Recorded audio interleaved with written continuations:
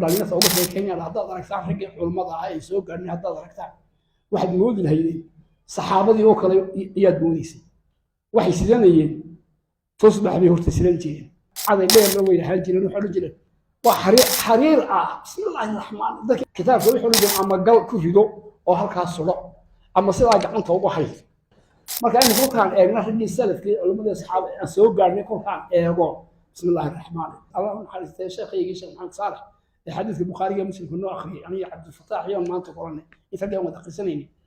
أيام ما نبو شيخ مسألة أنا كنت الأخري يجي كل كان أنا مقارن عبد الفتاح بأخري كل كان جوجر على شيخ أورمو هايو عربي أنا قاعد يقاني الصومالي أنا يرجع جبني أنا نقدر أنا وأتقرن ساعة لكن حب دي ما سيجين الصومالي حديث ما صفي عن شيخ كل كان وأنا كنت الأخري يجي يعني هي عبد الله بن حديث كان جوج حديث حبوا كوبيه مركزولي فإذا ذا ما أظن بمسك هذا ككياني ميسا كتابات وأركتي مركزان الشيخ إشاد ساريان هبين كبان سيدها علي عشق بريان جيدين هبين كبان ودي بيجي شرح لي وينين ده وانا إرشاد ساري ويفتح باري من حاجة كبواني مركز يعيني يكرماني مركزان يعني الشيخ إشاد ساري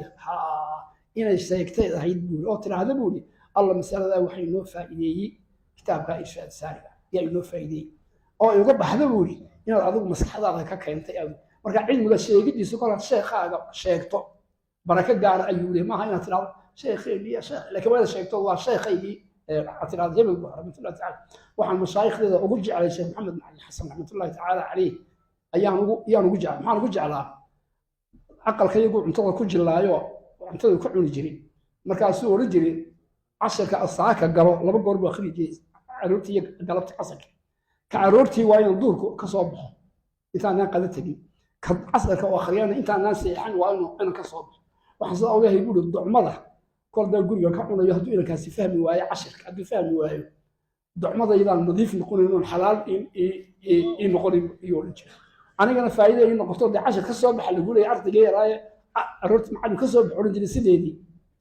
يا هيو وأنا كفايدس وأنا كفايدس أدنى وأنا كفايدس marka waxa weeye culmadu waa in la sheego oo la yiraahdo sanadkaaga aad sheegto mashaaqada ka akhrisatay sidaas ay barakadu ay ku jirtaa laakiin haddaad tiraahdo maxay hayday oo iska fahmay media ayaga ka dhigaystay halkaan ka dhigaystay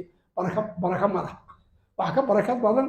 adigoo sheekhaga hadduu joogana uu had celiya hadduu dhintana tarahum rahmatullahi ta'ala alayhi asalaam kutuba oo dhan aan ku wada aragnay iyo siirada ay tahay ka culmada dhalinyarada culmada waxbaranaysan waxa leeyahay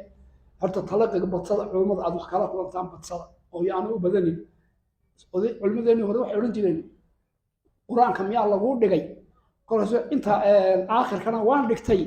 awalkana waan bowsaday miyaad maqasheen waan bowsaday anunba meelaha ka qabsaday weeye aakhirkana waan dhigtay awalkana waan bowsaday bay oran jireen marka ka daabi oran jireen macallin ku akhriyo macallin ka dhiro awalkana naqtiino وان بوسيده كدايو معلم اكو يا سيدي ما ادري كلكان دhallinyarada uga sheekeynayaan haddaad aragtaan raggii culimada ah ay soo gaarnay haddaad aragtaan waxaad moodi lahaydeen saxaabadii oo kale ayaad moodaysay waxay sidanayeen tusbax bay horta sidan jireen kolkaasay noo sheegaan ilaahda aroortii intaasoo adkaarta soo meydaan intaasoo boqol ninka akhriya ajrigaa suulay intaas ajri buu leeyahay haddaan tusbaxu barkimada ku hoos oolin habeenkii ma gacantaada baad ku tirin boqolkii aad ku tirsan yay loo jira imika waxa la yiraahdaa waa bidca la yiraahdaa taasha la yiraahdaa يعني waxaan kaga qabto al-Fatawi Ibn Taymiyyah wuxuu yiri rahmatullahi ta'ala alayhi ma wax sanadaho ka soo aray maan arag buu laakiin ninkii niyad fiican u qaato waa shay wanaagsan buu ninkii niyad fiican u qaato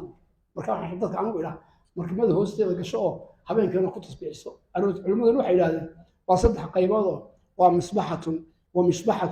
wa midbahatun saddex sidoo kale yahay tasbiix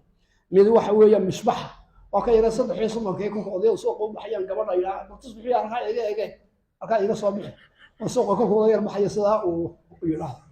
midna waa midbaha la culimadu yiraahdeen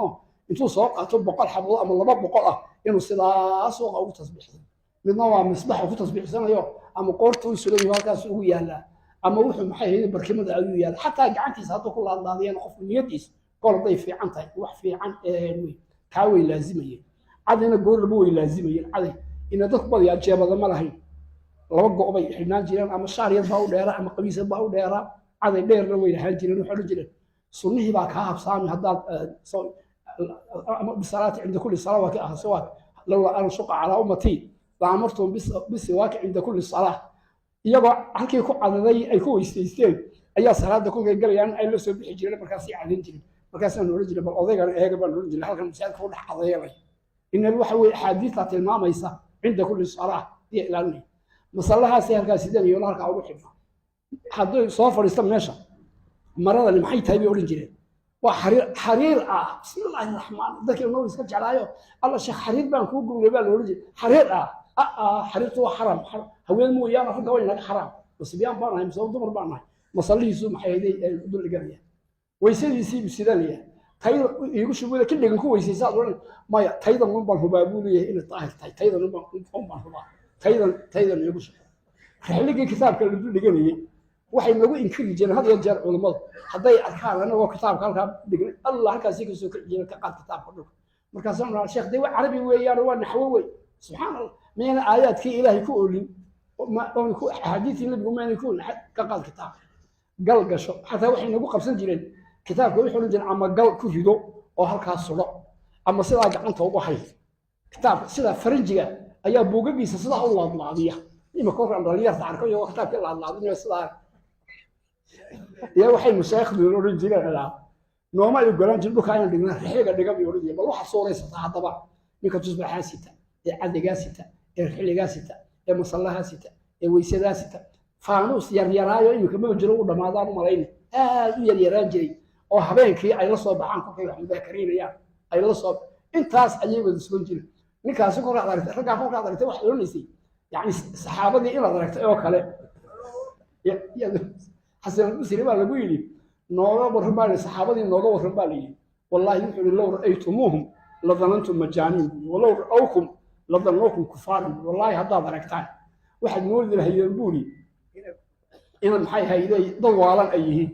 يا واحد سوى قادم كنت مرتد ده شيء جهات الجنة ما أنت سايق حتى تمرتد ده يا عري كصدقات دي كان لي لما عرفت عليه وخيرت أو بقى وحبه ومثل من إلهي ما نصر يعني وحيجي أرض اللي بوا وده كنيدي واحد نبي نقص يقول يا كل صلاة لك عقد سيء حيين لظننتم مجانين ولو ظنوك ما ده إذن كيدن أركاننا لظنوكم كفارا قال يدين مودي لها يدين مودها marka ay ku kaan eegna ragii salafkii culimada saxaabada aan soo gaarnay ku kaan eego bismillaahir rahmaanir ina saxaabadii ahaayeen umaanu soo heysana saxaabadii oo kale inay xaalkooda ay ahaayeen yani shubahaadka xataa makhaayadaha ma ay fadhiisan jirin xataa makhaayadaha intoon galla inuu cunto aan ka cunayna galla la ma ay fadhiisan jirin meelaha mashaykhada weyn hada mudarrisiinta ku soo akhriyay saxaabo oo kale ahaayeen meel yaro tukaan ugu tagay oran jiro halka ama dayf ama halka makhaayada waxa laga soo qaado kuraasta lagu fadhiisanayo dibadda ee la fadhiisanayo shaqaba kuma caadaba uma ilahay yahuudalada waaweyn ee imka gudaha ee asturana ma jireenin inteena makhaayada dhex fadhiisatay iyo in yaro barande yaro la hor dhigo unbay ahaayeen marka nimanka mashaayikhu waxa ajaa'iba ay ahaayeen walaasa waliba siday kala ahaayeen allahu naxariis raxmatullahi calayhi wa xusuus sheekh maxamuud dheer sheekh bartira dheer sheekh maxamuud ninka garanaya da'dayda ay uu garanaya شيخ انت بدل مساجد جامعه كوعدي جري بها جمعه بعد كوعدي جري markaasoo kitaab jalaalin ayuu soo qaaday ku akhriyo oo khariya waxa la sheekh maxamuud aayadan dusha waa ka aysan maxaad wuxuu waxaan sheegayaa saw kalaamullaahi tacaala maaha intuu iga sibilan lahaa kalaamka ilaahay iga sibilan lahaa aan ka akhriyo kitaab aan ka akhriyo ayuu oran jiray yani sida isku ilaalinayeen isku dhowriyeen